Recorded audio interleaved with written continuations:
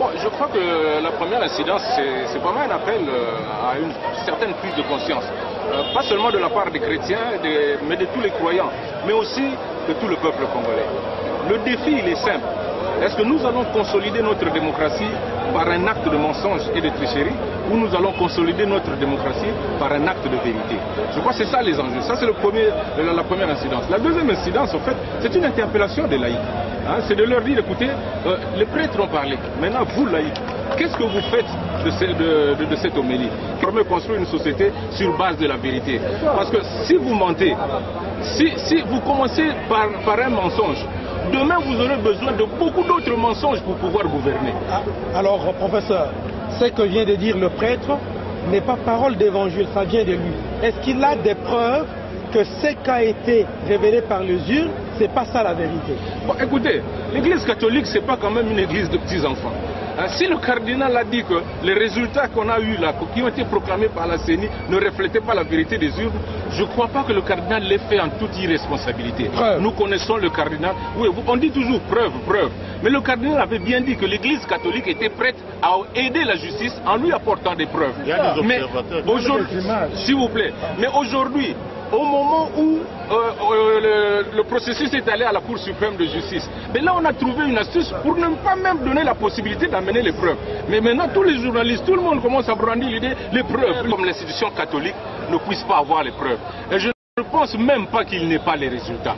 Aujourd'hui le débat c'est que les structures humaines se sont trompées, l'Église en tant que porte-parole justement de ce peuple qui souffre du Congo, qui connaît la passé. Est-ce que le processus est terminé?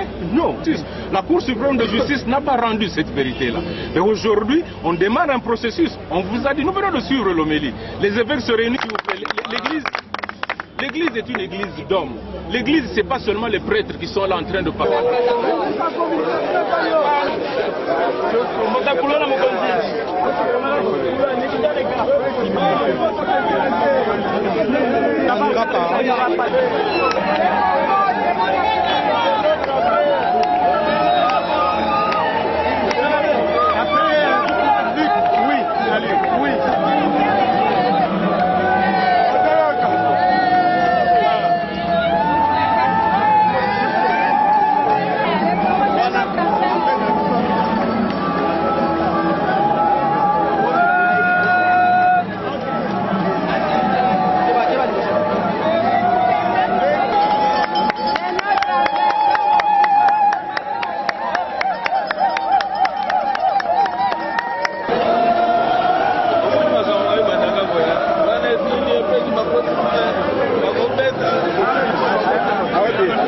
L'Église catholique n'ouvre pas un front contre le gouvernement.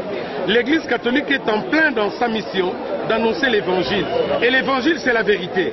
Cette vérité qui passe maintenant en second niveau, parce qu'il n'y a plus que les paroles pour dénoncer, il y aura maintenant des actions. Et l'Église commence par l'Eucharistie. C'est ainsi que nous avons commencé par la messe. Et mercredi, il y aura formation. Et le samedi, il y aura dans toutes les paroisses Angélus. Et on va sonner les cloches. L'heure de Dieu a sonné, l'heure du peuple de Dieu a sonné. Réveillez-vous. Après, d'autres actions viendront. Vous le saurez avec le temps. Est-ce que parmi ces actions-là, par exemple, on aura des preuves, des résultats que l'Église catholique va présenter au Jeudi? Mais les preuves, mon cher, on parle tout le temps des preuves, des preuves. C'est tout le processus qui a été faussé, on le sait. Les évêques avaient déjà sonné l'alarme depuis le mois de février en disant que le fait qu'on avait changé la constitution, c'était déjà une tricherie énorme parce qu'on ne devait pas le faire. Tout le reste s'en est suivi. Vous-même, vous avez vu une prestation de serment terne. Et jusqu'à ce jour, on est encore en train de patauger dans la bouillabaisse en ce qui concerne les parlementaires. Qu'est-ce que vous voulez? Le peuple doit prendre ses responsabilités. En tout cas, pour ce qui est de l'Église, nous avons commencé. Après avoir dénoncé par la parole, maintenant les actes ont commencé. Est-ce qu'on peut dire que l'Église s'est dédiée? Parce que le premier propos de la CENCO, c'était très édulcorant. On dirait que l'Église voulait ménager et la chèvre et le chou. Non, non, non. Il faut bien suivre la chronologie des déclarations des évêques. Quand Monseigneur Djomo a parlé, il a dit qu'on demandait qu'on publie les résultats tels qu'affichés dans le bureau de vote.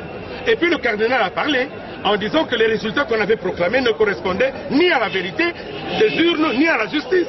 Voilà, il y a une continuité. Et puisque les prémices sont celles-là, maintenant nous sommes en train de tirer les conclusions concrètes et pratiques de cela.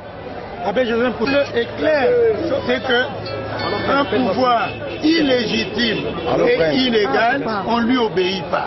Voilà l'incidence claire et nette. On n'a pas besoin d'autre chose. La seule chose que nous devons faire, c'est de ne plus obéir à un pouvoir qui est illégitime, illégal. Et en ce moment-là, eh bien, tout le monde en tire les conséquences. Et ce n'est pas une forme de rébellion signée Église catholique? Une rébellion non violente, oui. Et légitime, oui. Parce que nous avons le droit. L'Évangile nous le concède. Dieu nous le concède lui-même. De désobéir à tout pouvoir injuste. Et à tout pouvoir illégitime. Merci. Voilà.